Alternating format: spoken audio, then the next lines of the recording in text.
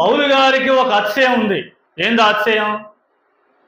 యేసు ప్రభువు శిలువ మరణం తప్ప నాకు అతిశయం ఏది లేదన్నమాట. ఆయన అతిశయం ఏందండి, నా కొరకు ఈ భూమి మీద 6 అడుగుల మనిషి కొరకు పరలోకాన్ని నుంచి భూమి మీదకి వచ్చేసి ప్రభు చనిపోయాడు. ఎవరి కొరకు? నా కొరకు అన్నమాట. ఎవరి కొరకు? నా కొరకు అన్నమాట. అదే అతిశయం అన్నమాట. ఎవరికి? పౌలు గారికి.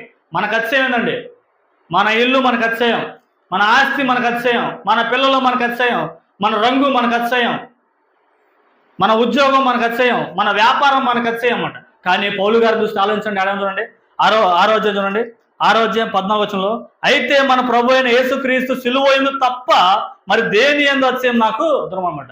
ఆకాశానికి భూమికి మధ్యలో ఎవరి కొరకు సిలువ పెట్టాడు యేసు ప్రభు?